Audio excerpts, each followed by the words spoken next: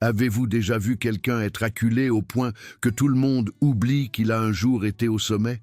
Dans un centre d'entraînement d'élite à Courbevoie, un agent d'entretien, approchant la cinquantaine, était devenu la tête de turc de toutes les blagues cruelles, méprisé par un coach influenceur qui avait bâti son empire sur l'humiliation.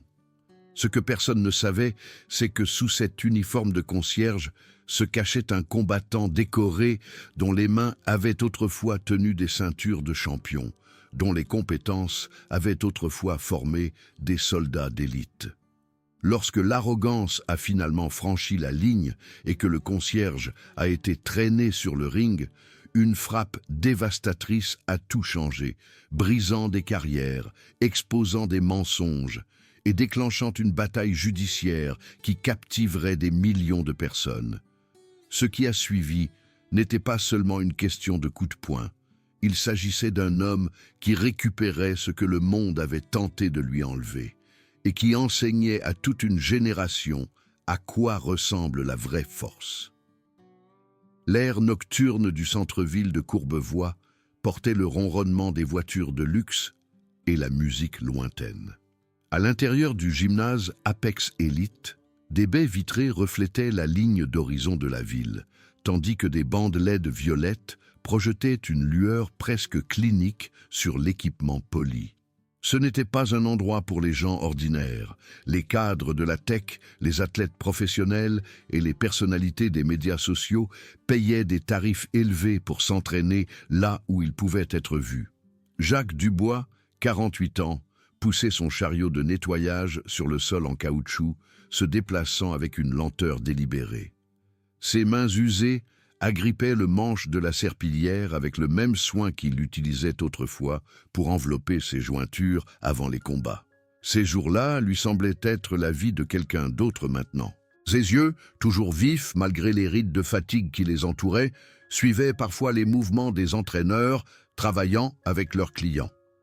Théo Martin se pavanait sur le sol d'entraînement dans des vêtements de sport de marque, sa carrure musclée attirant l'attention de tous les coins. À 33 ans, il s'était constitué un nombre considérable d'adeptes, 250 000 fidèles sur Instagram, qui consommaient son contenu sur la domination, la force mentale et la mentalité de guerrier. Il possédait 40% d'Apex Elite, et tout le monde le savait. Sa carrière de combattant s'était éteinte après 3 défaites amateurs, mais il s'était refait une image en tant que coach des riches et des ambitieux. Théo s'arrêta derrière Jacques, ses chaussures coûteuses grinçant sur le sol fraîchement nettoyé. « T'as oublié un endroit, le vieux. Nettoie ça correctement avant que ma séance privée ne commence. » Jacques n'avait même pas enregistré les mots que la botte de Théo heurtait le bas de son dos, le faisant trébucher vers l'avant. La serpillière s'écrasa sur le sol alors que Jacques se rattrapait sur un genou, de l'eau sale imprégnant son pantalon. Le gymnase devint silencieux. 25 clients se figèrent au milieu de leur exercice, des téléphones se levant rapidement pour immortaliser l'instant. Peut-être que si tu passais moins de temps à rêvasser et plus de temps à travailler, cet endroit serait vraiment propre, annonça Théo bruyamment, jouant pour son public. Jacques se releva lentement, récupérant la serpillière sans établir de contact visuel. Sa mâchoire se crispa, mais il ne dit rien. Cette routine était devenue familière au cours des 3 années où il avait travaillé ici. Sophie Lemaire, la directrice des opérations, se tenait à son bureau près de l'entrée. Elle regarda la scène se dérouler, sa main planant au-dessus de son clavier avant de reprendre son travail. Elle avait documenté 12 incidents similaires dans ses dossiers personnels, mais la direction de l'entreprise avait ignoré tous les rapports. Théo rapportait trop de revenus pour être sanctionné. Jacques reprit le nettoyage, ses mouvements mécaniques. Mais dans son esprit, la mémoire musculaire vacillait, la sensation des mains bandées glissant dans les gants, le son des instructions d'un arbitre, le poids des médailles d'or suspendues autour de son cou. Il avait été quelqu'un autrefois. 4 championnats régionaux entre 2001 et 2006. 10 ans à former des soldats des opérations spéciales au combat rapproché. 15 ans de discipline, de respect et d'honneur dans les arts martiaux. Puis sa femme, Camille, est tombée malade. Le cancer a consumé leurs économies, leur maison, leur avenir. À sa mort, Jacques n'avait plus rien, à l'exception de leur fille Léa, 17 ans et brillante. Chaque demande de bourse, chaque rêve d'université dépendait de sa capacité à conserver un revenu stable. Alors, il avala sa fierté quotidiennement, gagnant 14 € de l'heure pour laver les sols d'un gymnase où il aurait autrefois été la personne la plus dangereuse de la pièce. Théo s'éloigna en riant, saluant son prochain client avec une poignée de main élaborée pendant que Jacques continuait à nettoyer. Mais dans le coin arrière, quelqu'un remarqua quelque chose que les autres ne voyaient pas. Luis Santos, un professeur de jiu-jitsu brésilien de 50 ans, observa Jacques attentivement.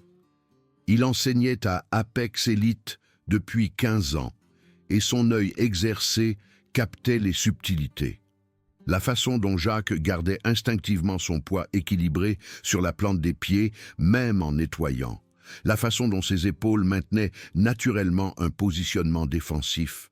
La façon dont sa tête restait droite et ses yeux restaient conscients de son environnement. « Ce n'est pas comme ça que les civils se déplacent », murmura Luis pour lui-même. Le gymnase finit par se vider à l'approche de minuit. Jacques ramassa les serviettes des vestiaires, son corps souffrant à la fois du travail physique et de l'humiliation. Il s'arrêta devant un miroir, se voyant dans son uniforme bleu délavé, des fils gris traversant ses cheveux. Mais quand il cligna des yeux, il vit quelqu'un de différent, le combattant qu'il était autrefois, mince et puissant, les yeux brûlants de détermination. Dans le paisible appartement à 15 minutes de là, Léa était penchée sur ses devoirs de maths, sa lampe de bureau étant la seule lumière dans le petit salon. Elle savait que son père travaillait tard dans un gymnase du centre-ville. Elle ne demanda jamais pourquoi quelqu'un, avec son intelligence, faisait un travail manuel. La réponse était évidente chaque fois qu'elle regardait la photo encadrée de sa mère sur l'étagère. Jacques entra discrètement, ne voulant pas la déranger. « Comment vont les devoirs ?» Léa leva les yeux, remarquant la nouvelle ecchymose qui se formait sur son avant-bras, la tache humide sur son pantalon. « Papa, qu'est-ce qui s'est passé ?»« Juste maladroit ce soir. » mentit-il avec un sourire fatigué. « Tu te concentres sur tes études, c'est ce qui compte. » Elle retourna à son travail, mais ses mains tremblaient légèrement. Elle avait vu les publications sur Instagram. Ses camarades de classe les partageaient parfois, se moquant du triste concierge à Apex Elite. Elle ne dit jamais à son père qu'elle le savait. De retour au gymnase le lendemain soir, le harcèlement s'intensifia. Théo demanda à Jacques de tenir des pauses, pendant qu'il démontrait des combinaisons pour ses élèves.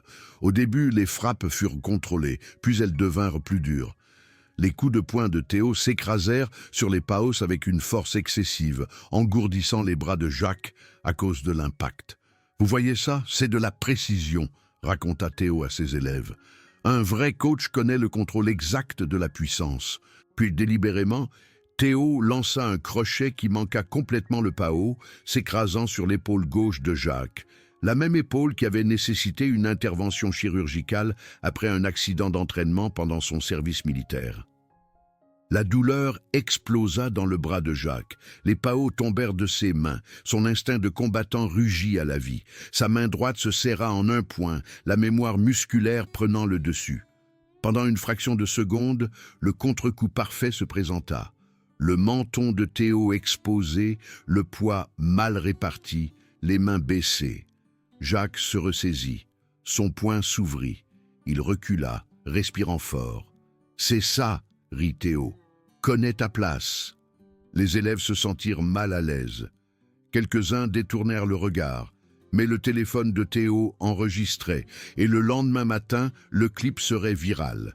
Cette nuit-là, incapable de dormir, Jacques retourna à Apex Elite en utilisant sa clé d'employé. Le gymnase était vide et sombre, à l'exception de l'éclairage de secours. Il se tenait devant le sac de frappe dans le coin, ses mains déjà enveloppées de rubans adhésifs provenant de son casier. Il inspira profondément, puis explosa vers l'avant. Le sac tonna sous son assaut. Jab, cross, hook, uppercut. Ses pieds dansaient avec une précision exercée. Chaque frappe atterrissait avec une précision dévastatrice, le sac se balançant violemment sur ses chaînes. La sueur coulait alors qu'il déchaînait des combinaisons qui n'avaient pas été lancées depuis des années. Il était de nouveau un combattant, pas un concierge, un guerrier. La porte s'ouvrit. Luis Santos se tenait figé dans l'embrasure de la porte, son sac de sport oublié à la main. Sa bouche s'ouvrit alors qu'il regardait Jacques détruire le sac de frappe avec une technique professionnelle. « Mère de Dieu !» murmura Luis. « Qui êtes-vous » Jacques s'arrêta, la poitrine haletante. Leurs yeux se rencontrèrent. Pendant un long moment, aucun ne parla. « Quelqu'un que j'étais autrefois » répondit finalement Jacques. Luis s'approcha, étudiant la posture de Jacques, le positionnement de ses mains. « J'ai entraîné des combattants pendant 30 ans. Vous n'êtes pas étier, vous l'êtes toujours. » Jacques s'assit lourdement sur un banc. 4 fois champion régional des gants dorés. Une décennie à enseigner le combat militaire. Encore 5 ans à concourir en MMA avant que ça ne devienne grand public. Puis, ma femme a eu un cancer et tout le reste a cessé d'avoir de l'importance. Luis assimila cela, hochant lentement la tête. Théo ne le sait pas. Théo sait que je suis quelqu'un qu'il peut humilier sans conséquence. Pendant 3 ans, vous l'avez laissé faire. Pendant 3 ans, ma fille a eu de la nourriture et un abri. C'est le seul combat qui compte maintenant. Luis s'assit à côté de lui. J'ai vu la vidéo qu'il a postée aujourd'hui, celle où il vous a délibérément blessé à l'épaule. Elle a 50 000 vues. Les gens commentent, vous traitant de pathétique. La mâchoire de Jacques se crispa. J'ai survécu à pire que des mots. Votre fille les a vus aussi, je vous le garantis. Cela frappa plus fort que n'importe quel coup de poing. Jacques ferma les yeux. Écoutez-moi, continua Luis. J'ai entendu Théo parler avec Sophie hier. Il essaie d'embaucher votre remplaçant. Vous serez viré que vous continuiez à subir ses abus ou non. Jacques leva les yeux brusquement. Vous en êtes certain. Il s'ennuie avec vous. Il veut un divertissement frais, quelqu'un de nouveau à briser. Les mots se déposèrent dans la poitrine de Jacques comme des pierres. 3 ans d'humiliation pour rien. 3 ans à avaler sa rage pour garder un emploi qu'il était en train de perdre de toute façon. Si je me bats, je perds tout plus vite, dit Jacques doucement. Si vous ne le faites pas, vous perdez tout de toute façon, plus votre dignité, plus le respect de votre fille quand elle sera assez grande pour comprendre que vous aviez le pouvoir d'arrêter ça, mais que vous avez choisi de ne pas le faire. La vérité de ces mots coupa profondément. Le lendemain soir, Apex Elite bourdonnait d'énergie. Théo entraînait Maxime Lefebvre, son élève vedette, un gamin de 22 ans qui avait juste perdu un combat amateur. La confiance du gamin était brisée après avoir été soumis au premier round, précisément à cause d'une défense que Théo lui avait enseignée. « Ne t'en veux pas », annonça Théo bruyamment à travers le gymnase. Les combattants underground ne suivent pas la bonne technique. C'est pourquoi ils ont recours à des tactiques sales. Jacques nettoyait à proximité quand il murmura à voix basse « Non, le problème était de garder tes coudes écartés pendant une défense de guillotine. C'est fondamental. » La pièce se tut. Maxime se tourna vers Jacques. Théo se figea, son visage rougissant. « Qu'est-ce que tu viens de dire ?» La voix de Théo tomba dans la glace. Jacques réalisa que tout le monde le regardait. Son cœur battait la chamade. « Rien, je m'excuse. » Mais Maxime s'approcha. « Non. Qu'est-ce que tu voulais dire à propos de mes coudes ?» Jacques jeta un coup d'œil à Théo, puis au jeune combattant. « Ton coach t'a mal appris. Quand tu défends un étranglement guillotine, tu dois garder tes coudes serrés contre ton corps et ta posture droite. Tu laissais tout exposer. » Des murmures se répandirent dans la foule. Les élèves échangèrent des regards. Sophie leva les yeux de son ordinateur, sa main se dirigeant vers son téléphone. Le visage de Théo vira au violet. « Alors le concierge pense qu'il en sait plus qu'un coach professionnel ?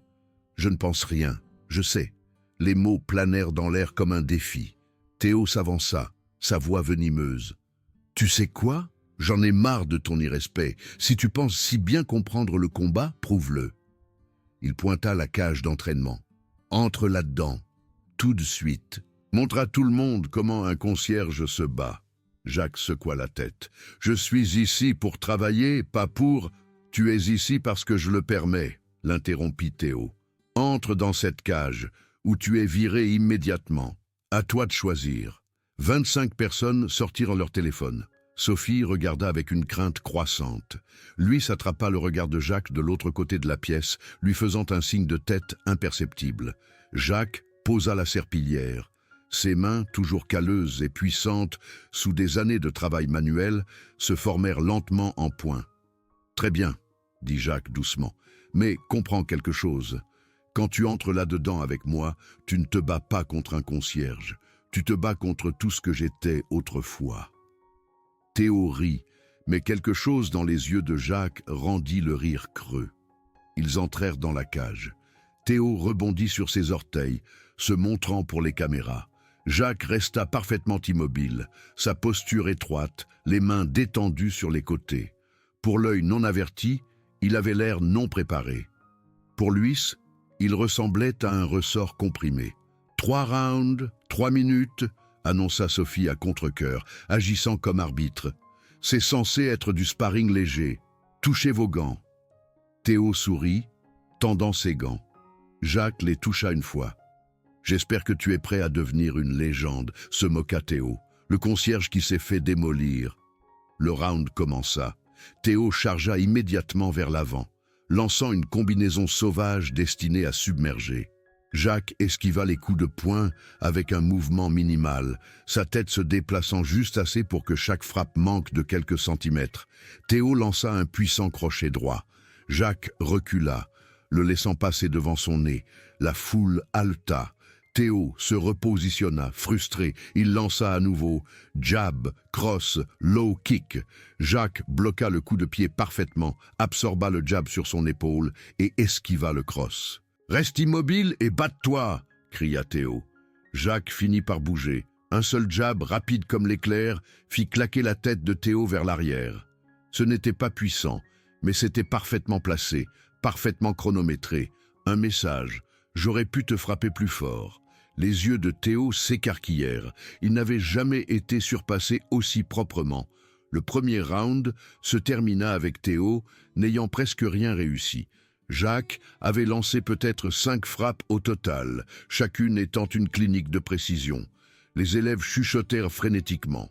Maxime regarda la bouche ouverte, comprenant enfin à quoi ressemblait la vraie technique. Luis sourit depuis le coin. Il lui enseigne. C'est une leçon, pas un combat. Le deuxième round commença avec Théo désespéré. Il chargea un énorme overhand droit, y mettant tout. Jacques le vit venir de loin. Il entra à l'intérieur de l'arc du coup de poing et son crochet gauche s'écrasa sur les côtes de Théo avec une précision chirurgicale. Théo se plia, haletant, trébuchant vers l'arrière. Le son résonna à travers le gymnase. Pas le bruit sourd de la viande frappant la viande, mais le craquement d'une technique parfaite rencontrant une défense non préparée. La foule explosa en exclamations choquées. Les téléphones capturèrent tous les angles.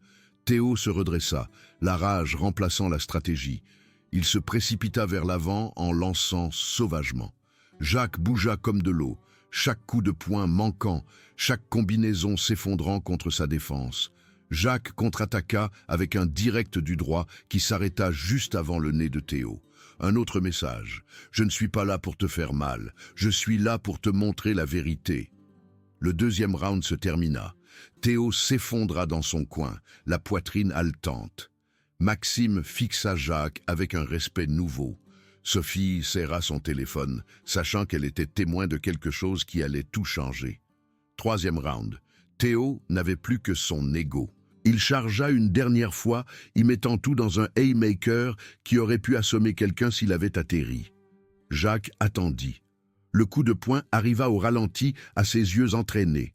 Il vit l'ouverture, le contre parfait, la façon d'en finir. Il pivota, entra à l'intérieur et déchaîna un crochet gauche. Le coup de poing parcourut 15 cm. Il atterrit sur le menton de Théo avec le son d'un coup de marteau d'un juge frappant le bois. Les yeux de Théo se révulsèrent, ses genoux cédèrent. Il tomba sur le tapis, inconscient avant de toucher le sol. Le gymnase explosa. Les élèves crièrent, sautèrent, enregistrèrent.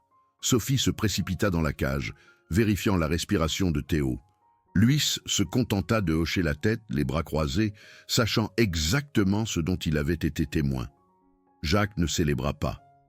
Il s'agenouilla à côté de Théo, vérifiant son pouls, inclinant doucement sa tête pour dégager ses voies respiratoires. « Il va bien ?»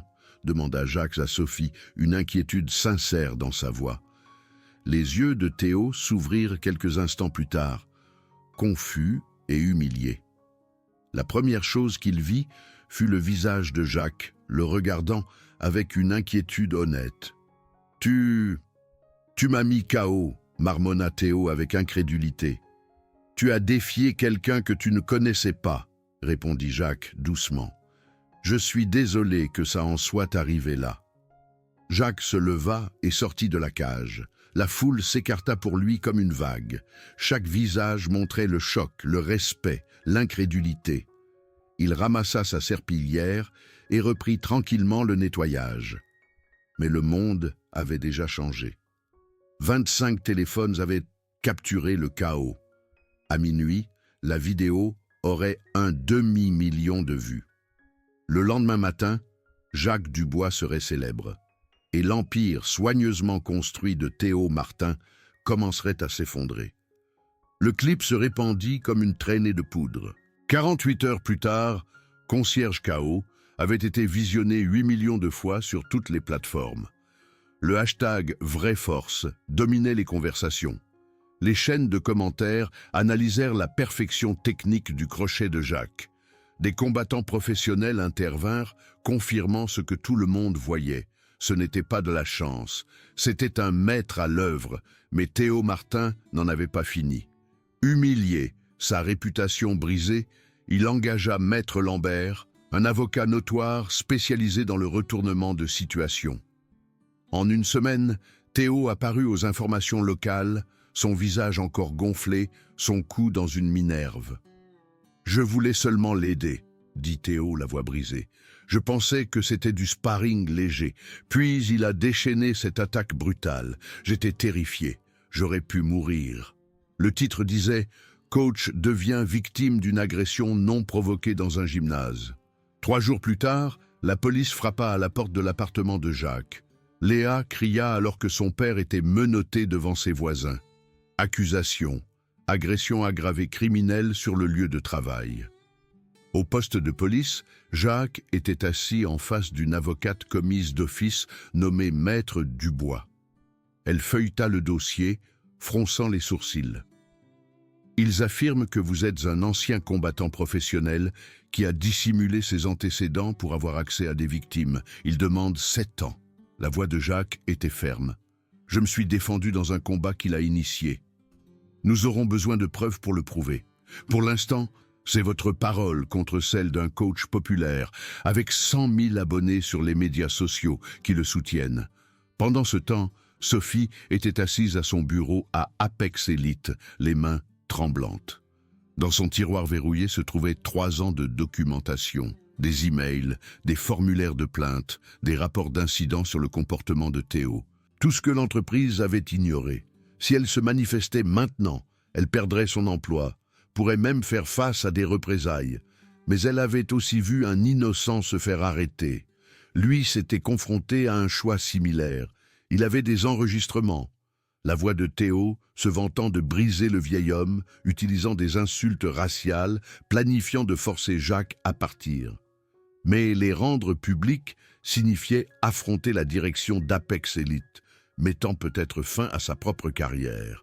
Les deux étaient assis avec leur conscience, sachant que le silence était de la complicité. L'audience préliminaire arriva. La salle d'audience était remplie de spectateurs, de médias et de manifestants à l'extérieur, scandant à la fois « Justice pour Théo » et « Libérez Jacques ». Lorsque Jacques entra dans sa combinaison orange, Léa courut l'embrasser, les larmes coulant à flots. « Papa, j'ai tout posté en ligne. À propos de maman, à propos de pourquoi tu as accepté ce travail, à propos de ce qu'il t'a fait, 2 millions de personnes l'ont vu. Jacques serra sa fille fort. Tu n'aurais pas dû avoir à faire ça. Tu n'aurais pas dû avoir à souffrir seul. L'accusation ouvrit avec force. Maître Lambert se tenait devant le jury, la voix grave. Mesdames et messieurs, l'accusé n'est pas celui qu'il paraît être. Jacques Dubois est un combattant entraîné, une arme cachée à la vue de tous. Il a trompé tout le monde, puis a brutalement agressé mon client dans ce qui aurait dû être une exposition amicale. Il montra des photos du visage meurtri de Théo, les rapports médicaux. Cela aurait pu être un meurtre. Nous vous demandons de protéger la société des individus dangereux qui dissimulent leur capacité violente. Maître Dubois se leva pour répondre, mais sa voix manquait du feu nécessaire. Mon client a agi en état de légitime défense. Il a été provoqué et... Provoqué, interrompit Maître Lambert. Devons-nous croire que chaque désaccord justifie la violence de combattants entraînés ? Le jury murmura. L'opinion publique semblait pencher vers le récit de Théo. Jacques était assis silencieusement, sachant que la vérité était enfouie sous des mensonges. Puis Sophie prit sa décision. Pendant la pause déjeuner, elle approcha Maître Dubois dans le couloir, lui tendant un dossier manille. Tout est ici. 3 ans d'abus. L'entreprise a tout ignoré. Les yeux de Maître Dubois s'écarquillèrent alors qu'elle parcourait les documents. Cela change tout. Cet après-midi, Luis arriva au palais de justice portant une clé USB. Il trouva Léa à l'extérieur et la plaça dans sa paume. Le salut de ton père. Les propres mots de Théo le condamnant. Lorsque l'audience reprit, Maître Dubois se tenait avec une confiance renouvelée. Votre honneur, je demande la permission de soumettre de nouvelles preuves. Le juge hocha la tête. L'écran de la salle d'audience s'illumina avec des chaînes d'emails, des formulaires de plainte, des rapports d'incidents, tous documentant les abus systématiques de Théo envers le personnel, y compris un langage raciste, une intimidation physique et un ciblage délibéré de Jacques. Puis vint l'audio. La voix de Théo emplit la salle d'audience, dégoulinant de mépris. « Je vais l'appeler le petit, jusqu'à ce qu'il craque. Je veux qu'il perde le contrôle. Ensuite, j'aurai mon excuse pour le détruire. » La galerie éclata. Théo se leva d'un bond, le visage cramoisi. « C'est manipulé !» Faux exclamation marque. Le marteau du juge claqua comme le tonnerre. « Monsieur Martin, asseyez-vous !» Mais Théo ne pouvait pas s'arrêter. « Vous ne comprenez pas, il est dangereux, il m'a humilié. Les gens comme lui n'ont pas leur place dans des endroits comme Apex Elite. » Les mots jaillirent, classistes, racistes, révélant sa vraie nature. Les caméras capturèrent chaque seconde. Son masque s'était complètement brisé. Sophie prit la parole ensuite, sa voix tremblant mais déterminée. « J'ai tout documenté. Je l'ai signalé à la direction de l'entreprise 12 fois. Ils l'ont enterré parce que Théo générait des revenus. Je l'ai regardé abuser de M. Dubois pendant 3 ans et je n'ai rien fait. J'étais une lâche.